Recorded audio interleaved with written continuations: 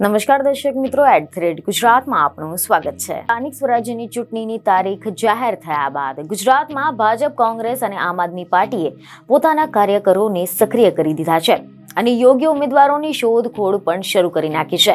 ત્યારે હવે આ બધાની વચ્ચે સ્થાનિક સ્વરાજ્યની ચૂંટણી મુદ્દે સૌથી મોટા સમાચાર સામે આવ્યા છે। ભાજપના કેટલાક ઉમેદવારોને ફોર્મ ભરવાની સૂચના આપી દેવામાં આવી છે। જી હા, ઉમેદવારોના નામ જાહેર થતા પહેલા જ ફોર્મ ભરવાની સૂચના આપી દેવામાં આવી છે અને એવો ગણગણાટ છે કે આજકાલમાં ભાજપના ઉમેદવારના નામ જાહેર કરવામાં આવશે। કેટલાક તાલુકાઓ તેમજ પાલિકાના ઉમેદવારોએ ફોર્મ પણ ભર્યા હોવાની વાત સામે આવી છે। મીડિયા અહેવાલો અનુસાર એવી માહિતી મળી રહી છે કે સ્થાનિક સ્વરાજ્યની ચૂંટણી જાહેર થતાની સાથે જ રાજકીય પક્ષો હવે પ્રચારની સાથે ઉમેદવારોને લઈને પણ કમર કસી રહ્યા છે। ત્યારે ભાજપ દ્વારા કેટલાક ઉમેદવારોને ફોર્મ ભરવાની સૂચના આપી દેવામાં આવી છે। ઉમેદવારોના નામ જાહેર થતા પહેલા જ ઉમેદવારોને ફોર્મ ભરવાની સૂચના અપાઈ છે।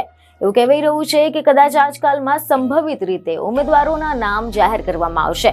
તો બીજી તરફ હવે આ નામ જાહેર થતા પહેલા જ કેટલાક તાલુકાઓ અને નગરપાલિકાઓમાં ઉમેદવારોને ફોર્મ ભરવા તેમજ ડોક્યુમેન્ટ તૈયાર રાખવાની સૂચના આપવામાં આવી છે। તો બીજી તરફ જૂનાગઢ મહાનગરપાલિકાની ચૂંટણીની ટિકિટ મેળવવા માટે કોંગ્રેસમાં પણ ભારે ખળભળાટ ચાલી રહ્યો છે।